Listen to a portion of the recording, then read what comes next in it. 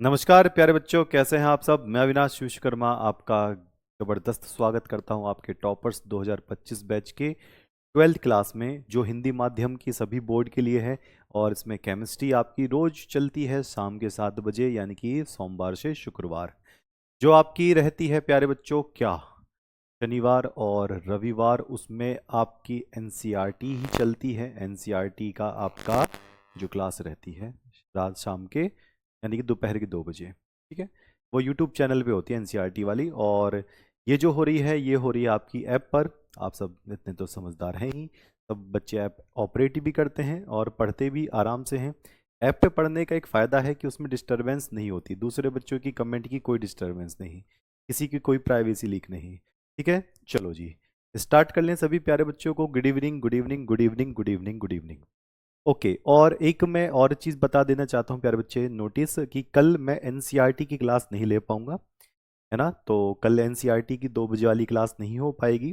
बाकी हम परसों वो लेंगे उसको अच्छी तरीके से। तो आसपास जो भी बच्चे एनसीईआरटी पढ़ते हैं, आपके संपर्क में हैं, आप बता दीजिएगा। कल यूट्यूब पे एनसीईआरटी की क्लास नहीं हो पाएगी। चलो जी, बाकी हम आगे का काम कवर करते हैं। वॉइस, वॉइस तो ठीक है बिल्कुल। आवाज़ थोड़ी तेज करें। आवाज़ तो बिल्कुल ठीक है यहाँ से। एक बार सभी प्यारे बच्चे बता देंगे, आवाज़ की तो यहाँ पे कोई दिक्कत नहीं है। ठीक, ऐसा होता है ना, किसी किसी बच्चे का मोबाइल का जो होता है ना स्पीकर, वो थोड़ा सा कम होता है। और यहाँ से तो पूरी फ्रिक्वेंसी के साथ बोला जाता है, जिससे कि आप अच्छे तरीके से सुन सकें। ओके, चलो तो स्टार्ट कर लेते हैं। आज हमारे पास क्या है, चैप्टर 2 का वैद्युत रसायन, जो कि आपका टॉपिक लेकर बैठा है गैल्वेनिक सेल। कल हमने गैल्वेनिक सेल के बारे में देखा था कि वो बनता कैसे है। आज गैल्वेनिक सेल में बताऊंगा कि काम कैसे करता है, और उसके बाद फिर हम आगे का काम करेंगे। ठीक है। एक बच्चा है वो हमेशा कूलाम के नियम को ही पूछता रहता है। कूलाम का नियम भैया फिजिक्स में है। ठीक है, चलो। तो गैल्वेनिक सेल, ओके जी भैया, गैल्वेनिक सेल कवर करने वाले हैं हम।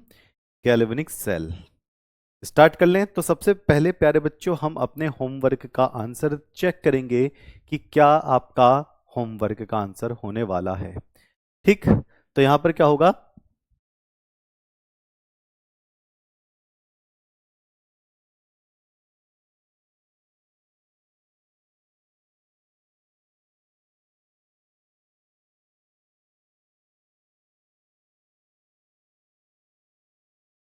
चलो। आवाज तेज है प्यारे बच्चे, आवाज इससे ज्यादा तेज नहीं हो पाएगी। यहां से बिल्कुल क्लियर गई है, सब कुछ बिल्कुल ठीक है। हम एक बार और चेक कर लेते हैं। ठीक, आवाज बिल्कुल सही है यहां से। चलिए, यहां पर लिखा हुआ है, रासायनिक ऊर्जा को विद्युत ऊर्जा में परिवर्तित करने के लिए किस सेल का प्रयोग होता है। किस सेल का प्रयोग होगा, ये आपको बताना है।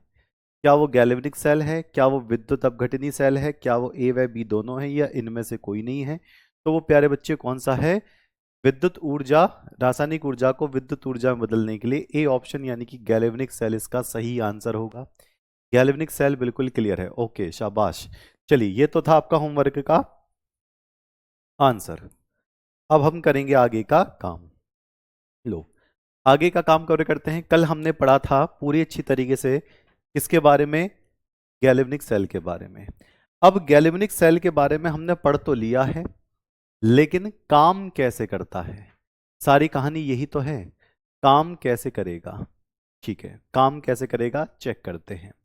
तो सबसे पहले आपने ये देखा कि बीकर नंबर 1 में जिंक सल्फेट, एक में जिंक, फिर बीकर नंबर 2 में हमने मेटेरियल लिया कॉपर सल्फेट, कॉपर, यहाँ पर लवण सेतु लगा दिया, इसमें लवण भर के। ये सारी चीज़ें हमने कल अच्छे से पढ़ी थी।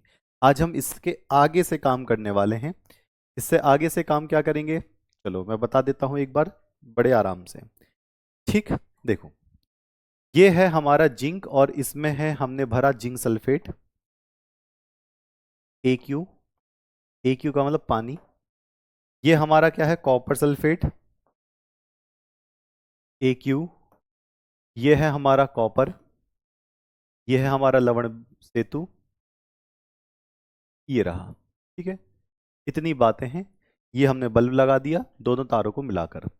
अच्छा, अब काम कैसे होता है, यहां से इस वाले बीकर से, ये जो एनोड है इस तरफ से, जिंक अपने अंदर से ये वाली जो धातु देख रहे हो ना, ये अपने अंदर से 2 इलेक्ट्रॉन निकालता है।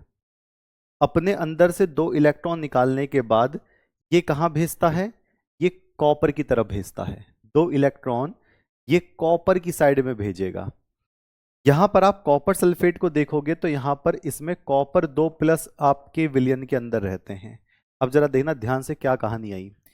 ये जिंक की जो धातु है ये कह रही है मैं अपने अंदर से 2 इलेक्ट्रॉन को निकाल दूंगी।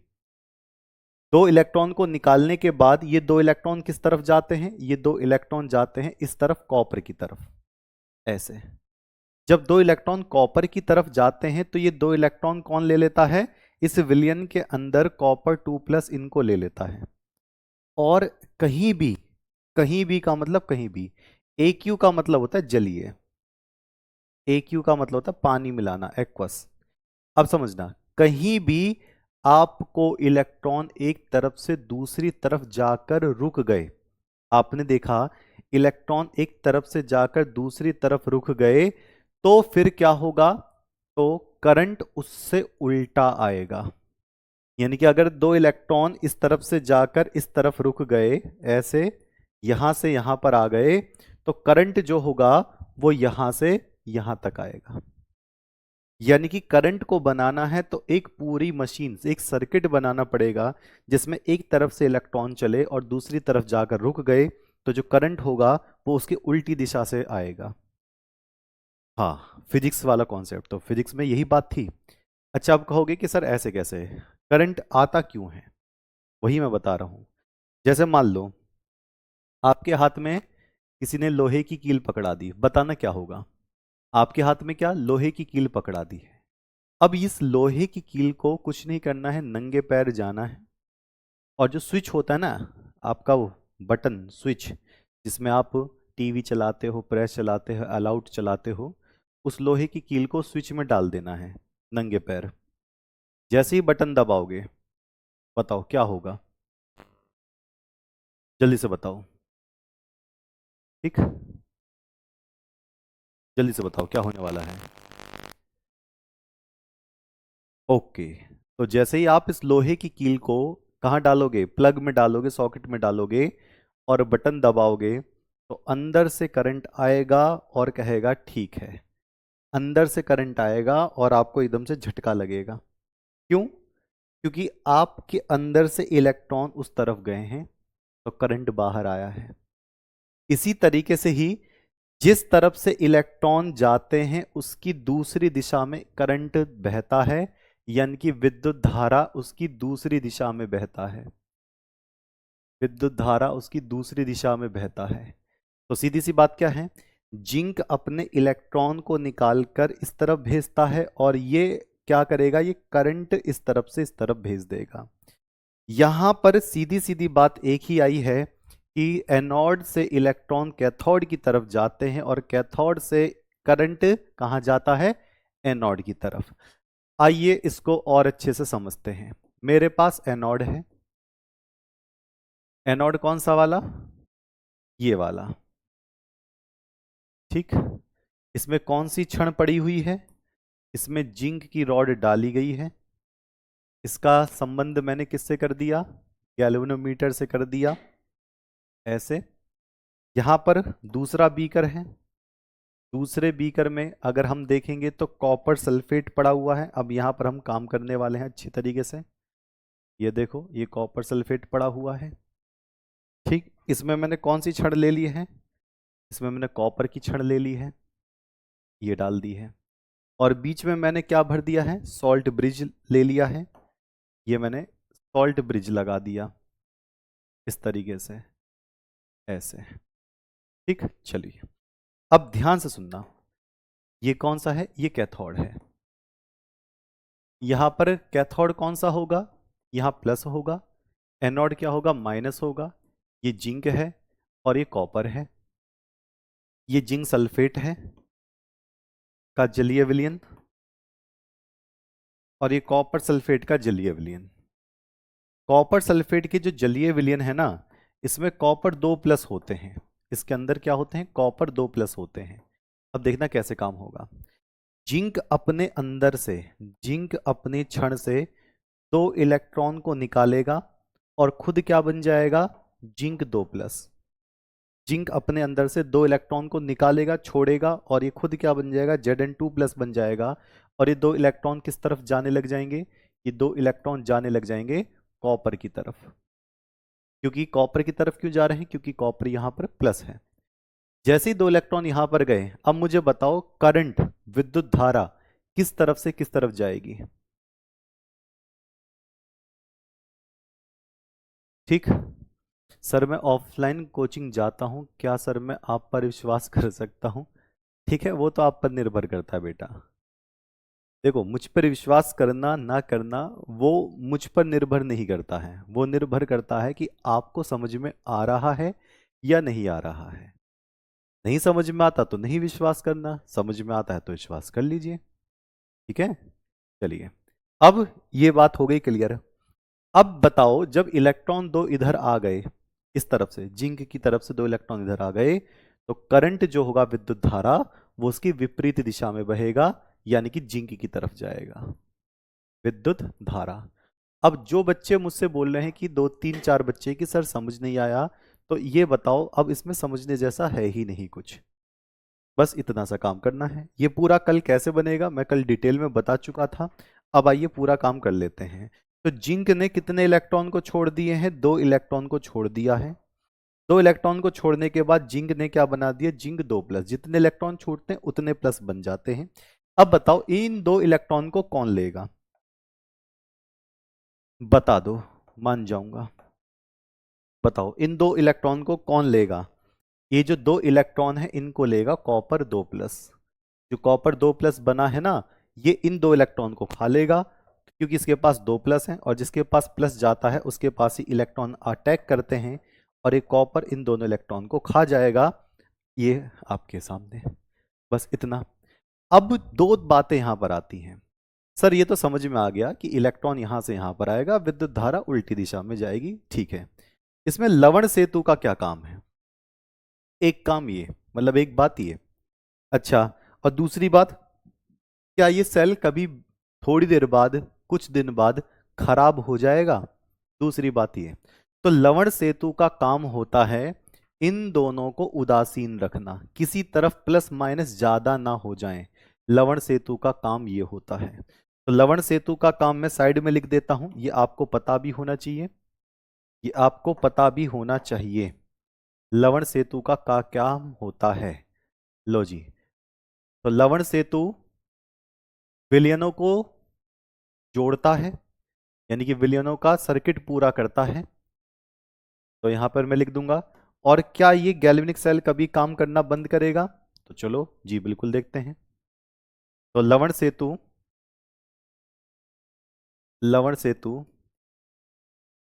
दोनों विलयनों को, दोनों विलयनों का संपर्क कराता है, संपर्क कराता है। वह वह दोनों विलयनों को, वह दोनों विलयनों को उदासीन, वह दोनों विलयनों को उदासीन रखता है, यानी कि किसी तरफ भी प्लस माइनस ज्यादा नहीं होने देगा। ठीक है, चलो जी। अब दूसरी बात, इस वाली स्थिति में बताना खत्म कौन होता होगा, जिंक की क्षण खत्म होती होगी या कॉपर की क्षण खत्म होती होगी, इतना बता दो मुझे।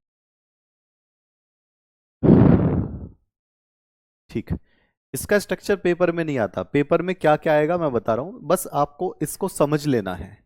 चलो बताओ, अगर जिंक इलेक्ट्रॉन छोड़ रहा है, कॉपर इलेक्ट्रॉन ले रहा है, तो खत्म कौन हो रहा होगा, समाप्त कौन हो रहा होगा, जिंक की क्षण खत्म हो रही होगी या कॉपर की, इतना बता दें। हाँ जी, वन शॉट करा देंगे कृष्णा, परेशान ना हो। Helpline number 8826078265। जी, तो ये क्या होगा, जिंक की क्षण खत्म होगी, यानी थोड़ी देर बाद देखोगे तो जिंक खत्म होता हुआ मिलेगा और कॉपर आपको ज्यादा होता हुआ मिलेगा। यही ध्यान रखना है, क्योंकि जो छोड़ रहा है धीरे धीरे वही खत्म होगा। बात समझ में आ रही है? मान लेते हैं हमारे अंदर से चीजें धीरे धीरे जाती रही, पार्टिकल्स निकलते रहे, है ना, लिक्विड निकलता रहा, हम कुछ खा ही नहीं रहे हैं, सब कुछ वेस्ट हो रहा है, तो एक दिन कहानी खत्म। जिंक वही कर रहा है, जिंक इलेक्ट्रॉन दिए जा रहा है, 2 इलेक्ट्रॉन, फिर 2 इलेक्ट्रॉन, फिर 2 इलेक्ट्रॉन, कॉपर इलेक्ट्रॉन खाए जा रहा है। तो एक वक्त ऐसा आएगा कि जिंक धीरे धीरे खत्म होता हुआ चला जाएगा और कॉपर धीरे धीरे बढ़ता हुआ चला जाएगा। लवण सेतु दोनों को बैलेंस रखता है कि किसी तरफ प्लस माइनस ज्यादा कम ना हो जाए, यही क्रिया है गैल्वेनिक सेल की। तो जिंक धीरे धीरे खत्म होता चला जाएगा, लेकिन कभी पेपर में आया नहीं है कि खत्म कौन सा होता है। ओके, ये तो बात क्लियर हो गई है। अब मैं आपसे 2-3 बातें पूछूंगा, चलो जल्दी से बता देना। मैंने नंबर 1 बात आपसे पूछी, जिंक से अगर इलेक्ट्रॉन कॉपर की तरफ जाते हैं, जिंक से 2 इलेक्ट्रॉन कॉपर की तरफ जाते हैं, तो जो विद्युत धारा है, विद्युत धारा वो किस तरफ से किस तरफ जाएगी? जल्दी से बताते रहिए, फिर मैं आगे बढ़ता हूं। ओके, और आज थोड़ा सा तबीयत सही नहीं है, इसकी वजह से लग रहा होगा कि मैं थोड़ा सा सीरियस सा पढ़ा रहा हूं, पर कोई बात नहीं, आपको समझना है ज्यादा से ज्यादा। तो बताओ, अगर जिंक से इलेक्ट्रॉन 2 इधर जा रहे हैं तो विद्युत धारा क्या उधर ही जाएगी? नहीं, विद्युत धारा जाएगी इसकी अपोजिट, यानी कि कॉपर से जिंक की तरफ।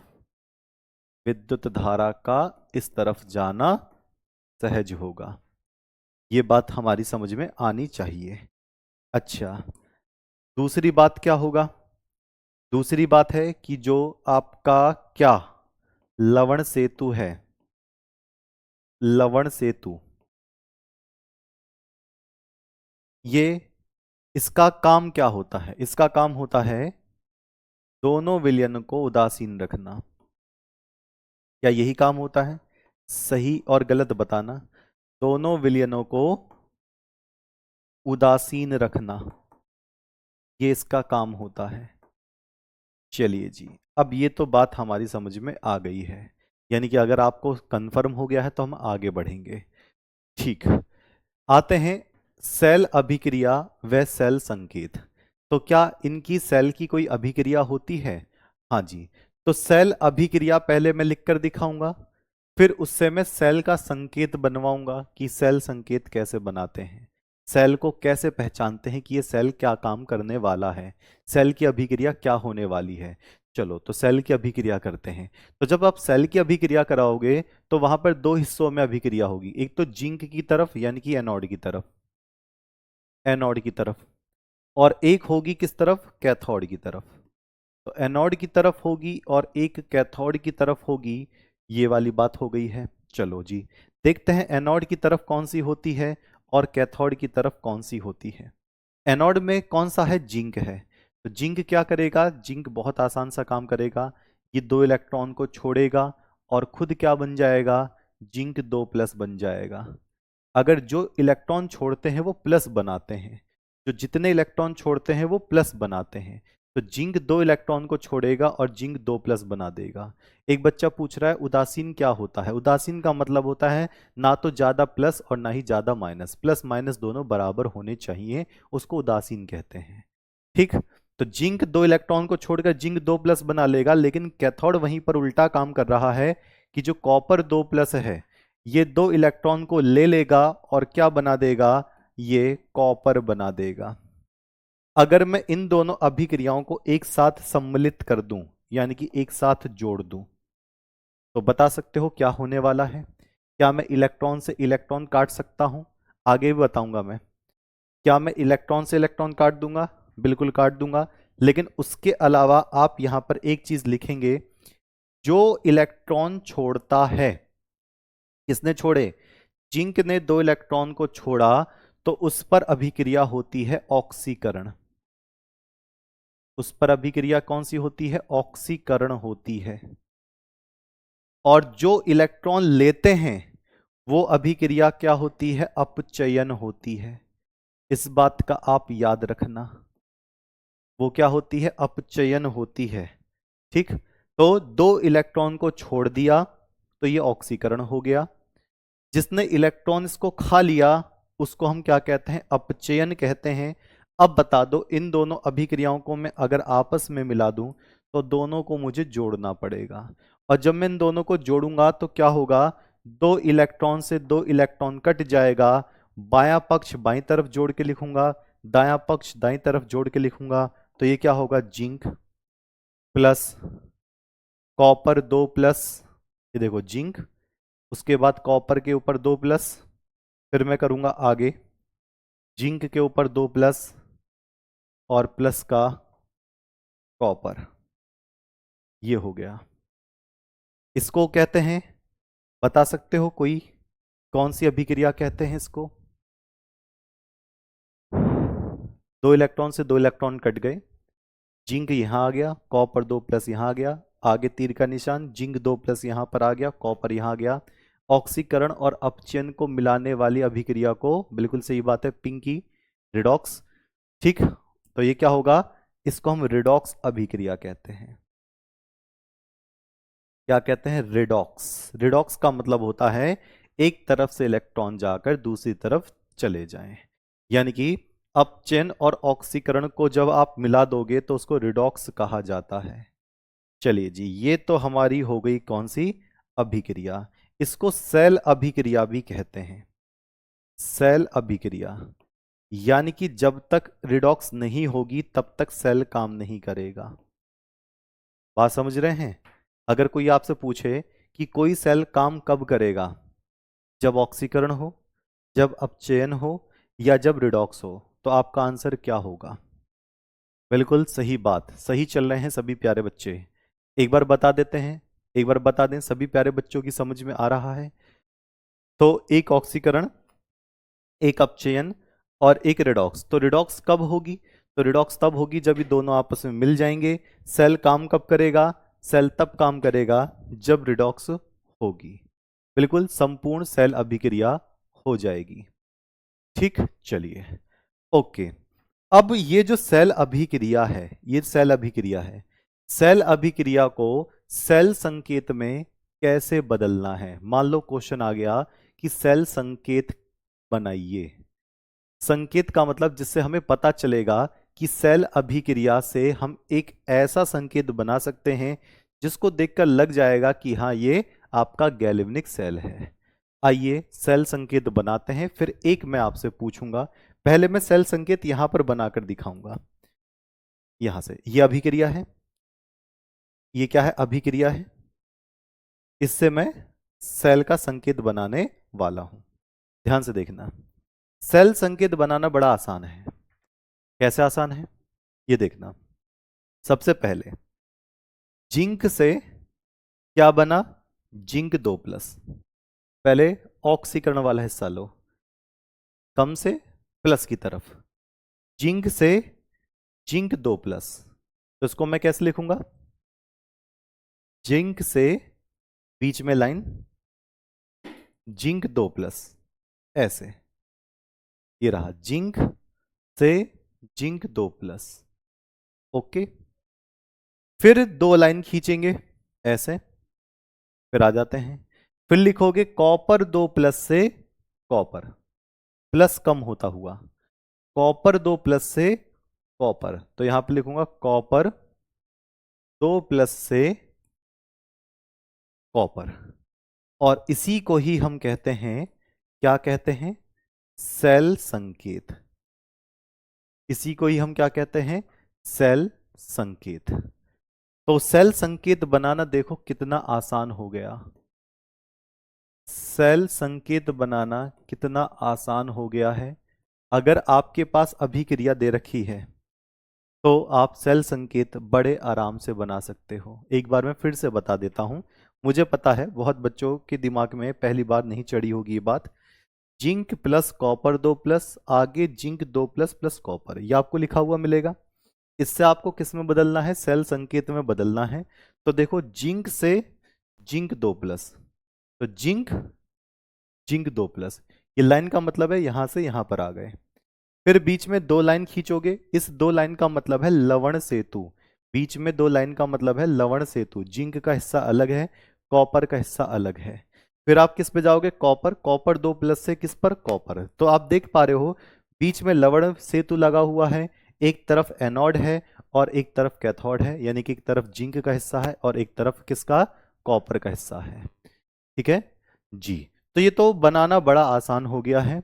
तो सेल संकेत आप बड़े आराम से बना सकते हो। अगर मैं आपको कोई अभिक्रिया दूं तो क्या सेल संकेत बना पाओगे और कितने सेकंड में बना पाओगे? मुझे जरा रिप्लाई करो, मुझे जरा बिल्कुल रिप्लाई कर दो फटाफट। अगर मैं कोई एक सेल की अभिक्रिया लिखूं तो उसमें आप सेल संकेत कितनी सेकंड में बना दोगे? ओके, बहुत आसान है। अच्छा चलो जी, देखते हैं, देखता हूं कि कैसे, कितना आप इसको बना पाते हैं। मैंने एक अभिक्रिया लिखी, ये रहा, ये रहा। क्वेश्चन ही समझ लो। Mg प्लस Ag प्लस आगे Mg2 plus plus Ag। Zinc और कॉपर की जगह पर मैंने मैग्नीशियम और सिल्वर को ले लिया है। सेल अभिक्रिया ये दे रखी है।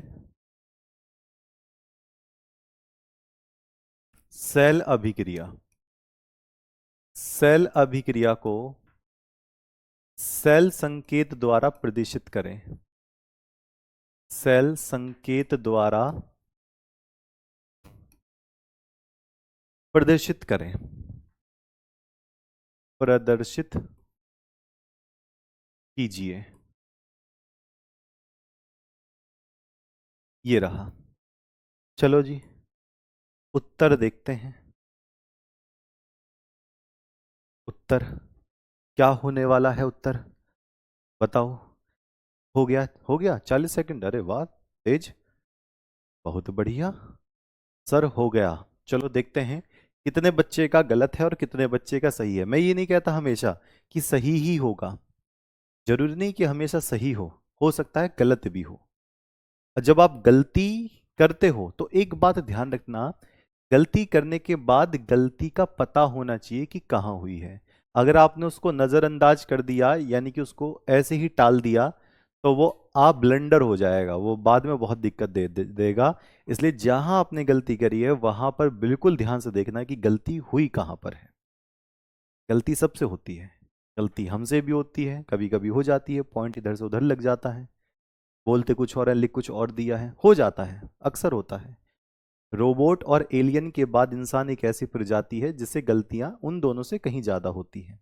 अगर गलतियां हुई है कोई बात नहीं है, लेकिन गलतियों को ना सुधारा जाए ये उससे भी बड़ा पाप है। ठीक है, तो जब मैं आप इसको बता रहा हूं जिसका गलत है तो एक्सेप्ट करिए कि हाँ मुझसे गलती हो गई है, मैं इसको सुधार रहा हूं। ठीक, चलो देखते हैं। मैं सेल संकेत बना रहा हूं और जिसका अच्छा हो गया इसका मतलब सीख गया। इसको सेल सिंबल कहते हैं इंग्लिश में, आप चाहो तो लिख सकते हो सेल सिंबल। अब देखते हैं। मैंने देखा मैग्नीशियम, तो मैग्नीशियम से मैग्नीशियम 2 प्लस यहां पर होगा, तो मैं क्या लिखूंगा? मैं Mg से Mg2 प्लस, ये हो गया। बीच में क्या होगा? दो लाइन। बीच में क्या होगा? दो लाइन। फिर आगे मैं जाऊंगा Ag प्लस से Ag, तो Ag प्लस से Ag, ये हो गया आपका सेल संकेत। अगर किसी बच्चे ने इस तरीके से बनाया है इसका मतलब उसका आंसर ठीक है। चेक करिएगा सभी का आंसर सही है क्या? सेल संकेत बनाने में कामयाब हो गए हैं क्या? ओके, सबका बिल्कुल ठीक है, गजब चल रहे हैं। ठीक, सबसे पहले कर चुके हैं, राइट है सर जी, बिल्कुल ठीक, गजब। ओके चलिए, ओके। अब आपसे चलो एक चीज और पूछते हैं, बता सकते हो अभी कितने बच्चे लाइव पढ़ रहे हैं एक साथ? एक ऑफलाइन सेंटर में कितने बच्चे पढ़ते होंगे? 100 150 बच्चे है ना। अभी इतने बच्चों का भरोसा चल रहा है, सोचो कितने बच्चे लाइव होंगे, एक अंदाजा बताओ छोटा सा, 1 मिनट का आपसे समय ले रहा हूं। मैं कुछ बताना चाहता हूं, फिर मैं आगे बढ़ूंगा। जिंदगी में सीखते रहो।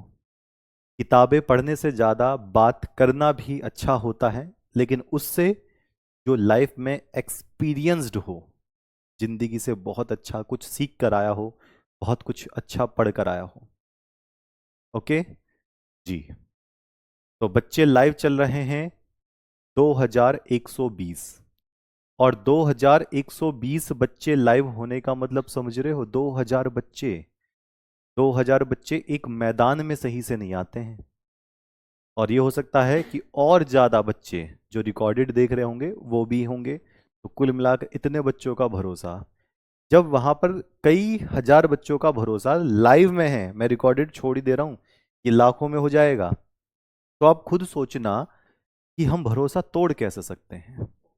मेहनत आपकी तरफ से ही नहीं, हमारी तरफ से भी बहुत लगेगी, लेकिन एक सीधी सी बात है, टॉपर्स रैंक खींच ही लेंगे इस बार, सब जगह से ताबड़तोड़। आज तो मैं चलो बीमार हूं तो उसकी वजह से लग रहा होगा, जिस दिन नहीं होऊंगा उस दिन सही तरीके से बताऊंगा। चलिए जी, ये कहानी समझ में आ गई है सभी के? क्लियर है? आगे बढ़ जाएं। ओके, तो ये तो था आपका सेल संकेत। अब जो सबसे जटिल प्रणाली में आने वाला है, एक परिभाषा ये हर बार पूछ ली जाती है, उस परिभाषा का नाम है मानक इलेक्ट्रोड विभव। उस परिभाषा का नाम क्या है? मानक इलेक्ट्रोड विभव। अब ये जो विभव नाम का जो शब्द है, ये आपको फिजिक्स में बहुत परेशान कर रहा होगा। ये वाला विभव वाला फिजिक्स में बहुत परेशान करता है ये।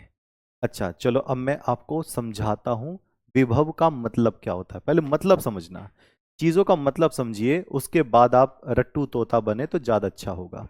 ठीक, चलो।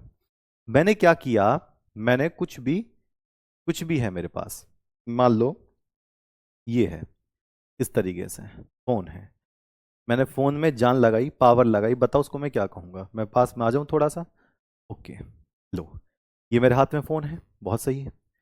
अब ये जो फोन है मेरे पास, ये रखा हुआ है इस तरीके से, मान लो इस तरीके से रखा हुआ है। मैंने कुछ पावर लगाई, फोर्स लगाया, बल लगाया, ऐसे बल लगाया। अब देखना, अब ये क्या हुआ, ये बल लगाया मैंने और ये मैंने इसका विस्थापन कर दिया।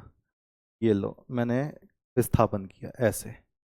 पहले फोन कहाँ था, अब देखो कहाँ पहुंच गया। मैंने किया क्या, किया क्या बताओ? मैंने कोई काम किया है क्या? सच बताओ, कोई कार्य हुआ है क्या? ये इस जगह पर था, लेकिन मैंने फोर्स लगाया, दाब दाब नहीं, बल। मैंने बल लगाया और बल लगाने से इसका क्या हुआ, इसका विस्थापन हो गया। ऐसे चला गया या आगे चला गया, विस्थापन का मतलब आगे बढ़ गया। तो बताओ, मैंने कुछ काम वाम किया है? अगर कुछ काम किया हो तो बताओ, ना किया हो तो बताओ, सोच के। हाँ, हाँ या ना, बस। काम किया है, बिल्कुल किया है। फिर बच्चों ने कहा कि आपने काम किया है, फोर्स लगाया है, बल लगाया है, विस्थापन हो गया है। ठीक है, बहुत अच्छी बात है, मैंने काम किया है, मुझे गर्व है, मजा आ गया मुझे तो सुनकर। ठीक। अच्छा, अब दूसरे सेगमेंट पे सुनना ये बात। ये फोन है, ये मैंने दोबारा से रखा। इस फोन को अब मैं फोन नहीं मान रहा, इस फोन को अब मैं फोन नहीं मान रहा हूं। इस फोन को या तो मैं प्लस मान रहा हूं या मैं माइनस मान रहा हूं, या तो कोई प्लस कण या फिर माइनस का कण, कुछ भी प्लस या माइनस एक मान सकते हो। इलेक्ट्रॉन मान लो, कुछ प्लस मान लो, कोई दिक्कत नहीं है, कुछ भी मान लो। जब इस प्लस माइनस पर हमने कुछ काम किया, यानी कि इसको एक जगह से दूसरी जगह विस्थापित कर दिया, तो इसका नाम कार्य की जगह विभव बोल देते हैं बस। There is the few category of the difference, छोटा सा डिफरेंस है। अगर किसी किसी को प्लस माइनस बोल दो और वो एक जगह से दूसरी जगह जाकर काम दिखाए, तो उसको कार्य की जगह विभव बोलते हैं बस। अब कहोगे ये तो बहुत आसान सा है, इसमें तो कुछ लगा ही नहीं है। हाँ, तो इसी तरीके से लोग पागल बना देते हैं। विभव का मतलब होता है किसी प्लस माइनस को एक जगह से दूसरी जगह उठाकर जो भी कार्य उसने किया, जो भी कार्य हुआ, उसको विभव कहा जाता है। कंसेप्ट क्लियर है? बहुत आसानी से क्लियर है। और मुझे बताओ, सेल के अंदर कोई एक सेल है, सेल के अंदर कोई ट्रेन चल रही है, बस चल रही है, या फिर इलेक्ट्रॉन जा रहा है? आप ये सोचकर बताओ। कोई एक सेल ले लिया आपने, तो सेल के अंदर कोई ट्रेन एक जगह से दूसरी जगह पहुंचाई गई, या एक बस एक दूसरी जगह से दूसरी जगह पहुंचाई गई, या फिर इलेक्ट्रॉन एक जगह से दूसरी जगह गया है। तो आप कहोगे इलेक्ट्रॉन गया है एक जगह से दूसरी जगह, और इलेक्ट्रॉन क्या होता है? माइनस होता है। माइनस एक जगह से दूसरी जगह गया है, तो कार्य बोलोगे या विभव बोलोगे? बता दो जल्दी से, फटाफट, शानदार तरीके से। इलेक्ट्रॉन गया है। इलेक्ट्रॉन क्या होता है? माइनस। प्लस भी हो सकता था, प्रोटॉन की बात करते तो। इलेक्ट्रॉन क्या होता है? माइनस होता है। वो एक जगह से दूसरी जगह गया है बेचारा, तो उसको क्या बोलोगे? कार्य बोलोगे या विभव बोलोगे? विभव ही तो बोलोगे, इंग्लिश में पोटेंशियल। लो, सीधी सी बात है, हो गया ही काम। ठीक, तो विभव हो गया भैया किसी प्लस या माइनस के जरिए किया गया काम। अब वो खुद फोर्स लगा रहा हो, वो उसकी हेडेक है। अच्छा, इलेक्ट्रोड किसको कहते हैं ये भी हमें देखना है। और विभव, विभव तभी नाम लिया जाता है जब वो किसी क्षेत्र में होता है। मान लो, मान लो इस कमरे के अंदर, मैं पास में आ जाऊं एक बार फिर से। लो, चलो आप बताना। पास में आकर पढ़ाने में मजा आता है, वो बात अलग है, मैं थोड़ा रावण जैसा दिखता हूँ।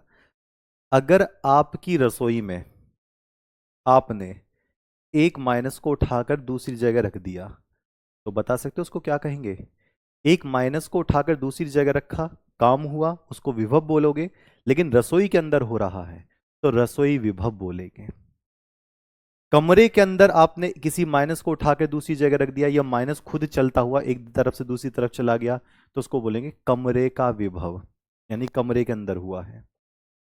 किसी बाल्टी के अंदर आपने एक काम किया, तो बाल्टी का विभव। किसी सेल के अंदर आपने एक काम किया, तो सेल का विभव। सेल के आधे हिस्से में आपने ये काम किया, तो इलेक्ट्रोड का विभव। लो, सेल के आधे हिस्से को, सेल को बीच में से काट दो ना, प्लस माइनस अलग कर दो, तो सेल को आधे हिस्से को इलेक्ट्रोड कहते हैं।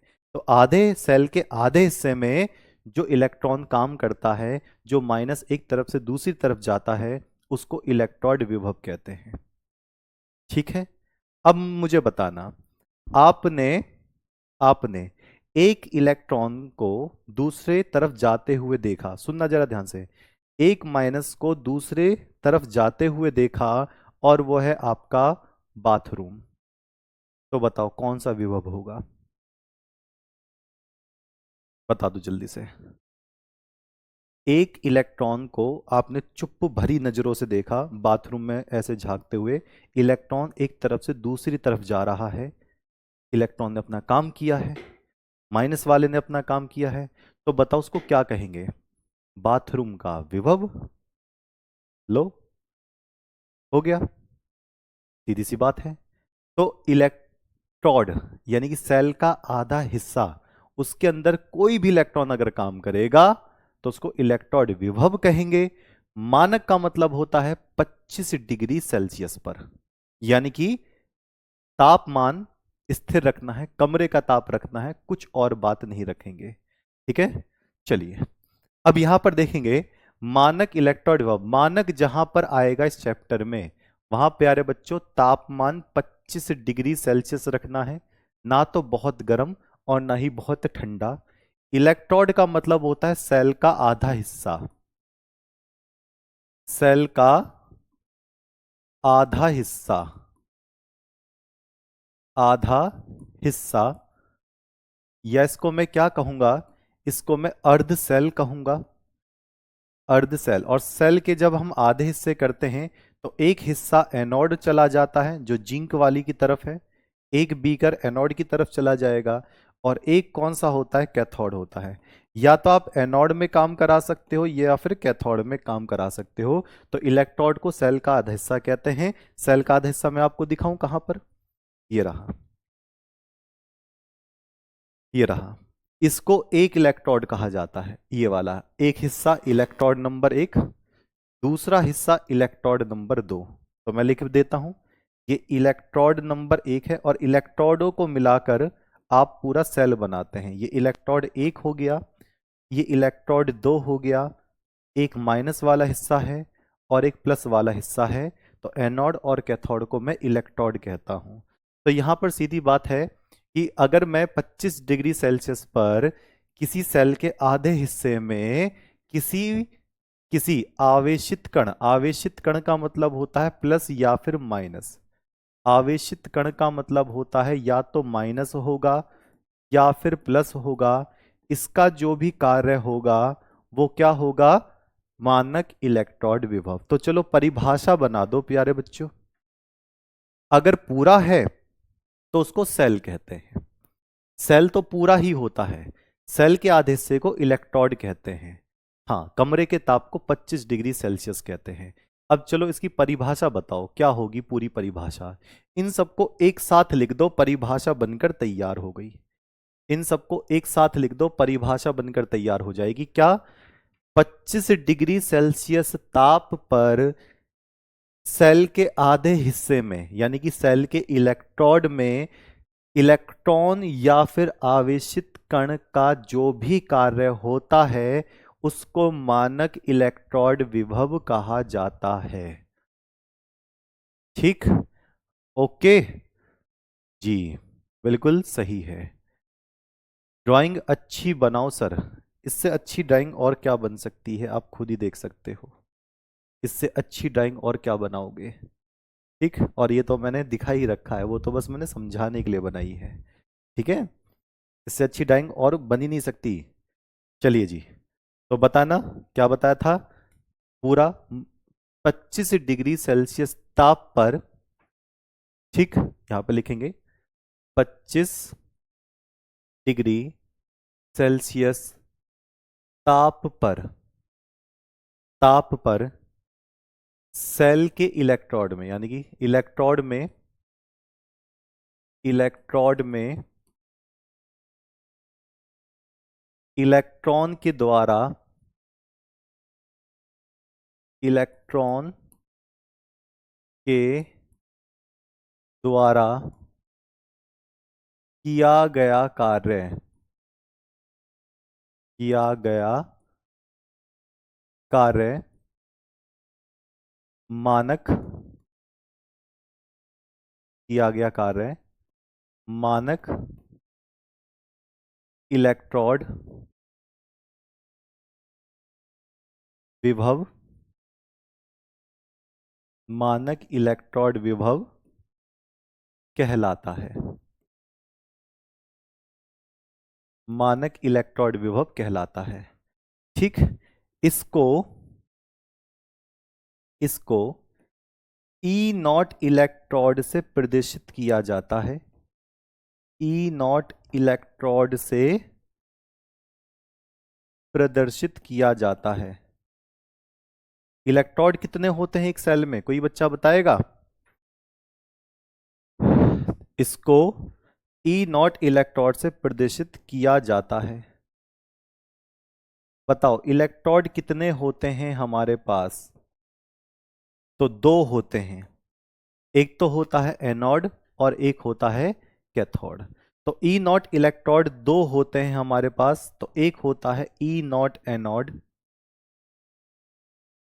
ई नॉट एनोड, और एक होता है प्यारे बच्चों E naught cathode, E naught anode और एक होता है ई नॉट कैथोड। दो ही होते हैं तो दो ही हम लिखेंगे। ई नॉट एनोड का जो बोल्ट होता है वो हमेशा कम होगा, बोल्ट हमेशा कम, बोल्ट हमेशा कम होगा। जब भी इसका बोल्ट आप देखोगे ना इस वाले हिस्से का, ये हमेशा आपको कम ही मिलेगा। और इसका जो बोल्ट जो होता है वो हमेशा ज्यादा होगा, इसका बोल्ट हमेशा ज्यादा होगा। तो इसका बोल्ट, इसका काम कम, इसका काम ज्यादा होता है। तो यहां तक की कहानी समझ में आ गई है जी। ओके, शाबाश। तो ये है आज का आपका काम, और आशा करता हूं कि आपने सेल संकेत को अच्छे से समझा होगा। फोर्स लगाकर कार्य होता है, अगर वहां प्लस माइनस आ जाए तो विभव होता है। किसी एरिया में करा दोगे तो उसका नाम लेना पड़ता है। रसोई में प्लस माइनस इधर उधर किया तो रसोई विभव होगा, और इलेक्ट्रोड में किया है तो इलेक्ट्रोड विभव होगा। ठीक, चलिए अब हम कल इसका डिटेल पढ़ेंगे कि और क्या क्या हम इसमें जान सकते हैं बेहतरीन तरीके से। ठीक, चलिए तो अब आपसे क्वेश्चन पूछ लिया जाए कि क्वेश्चन सही में आपके पास क्या है। मैं एक छोटा सा होमवर्क दे देता हूं, आप इसको करके बताना। ठीक, क्वेश्चन क्या है? क्वेश्चन ये है कि ई नॉट, मैं यहां लिख देता हूं, मैंने एक बोल्ट दिया है ए बराबर कौन सा 0.71 बोल्ट, और बी दे रखा है मैंने 0.82 बोल्ट। मुझे बताओ ई नॉट एनोड कौन सा होगा, ए होगा या बी होगा? आप इसका आंसर बताना जरूर। ठीक है, चलिए मिलते हैं आपसे कल इसी समय पर ही, शाम के 7 बजे ये क्लास सोमवार से शुक्रवार तक ऐप पर बिल्कुल लाइव रहती है। शनिवार की जो क्लास होती है वो एनसीईआरटी की 2 बजे होती है, या फिर कोई स्पेशल क्लास जो हम आपको पहले बता देंगे, जैसे कोई वन शॉट लानी होगी तो शनिवार को आपको मिल जाएगी, या फिर कोई एमसीक्यू की सीरीज लानी होगी तो आ जाएगी। और आपका विलियन चैप्टर खत्म हो गया है तो उसकी एक तो वन शॉट करानी है, यानी कि पूरा का पूरा चैप्टर एक साथ, और उसमें एमसीक्यू का एक पूरी सीरीज करानी है कि एमसीक्यू से आपका सारा का सारा जो वो होता है वो फिल्टर हो जाएगा, क्वेश्चन सारे फिल्टर हो जाएंगे। आपके यूपी बोर्ड में 6 क्वेश्चन, बिहार बोर्ड में 70 क्वेश्चन, जिनमें से 35 करने होते हैं, और बाकी बोर्ड में 1 लीनियर जो क्वेश्चन होंगे वो एक साथ साफ हो जाएंगे। ठीक है, चलिए तो मिलता हूं मैं अविनाश विश्वकर्मा आपकी नेक्स्ट क्लास में, तब तक के लिए नमस्कार।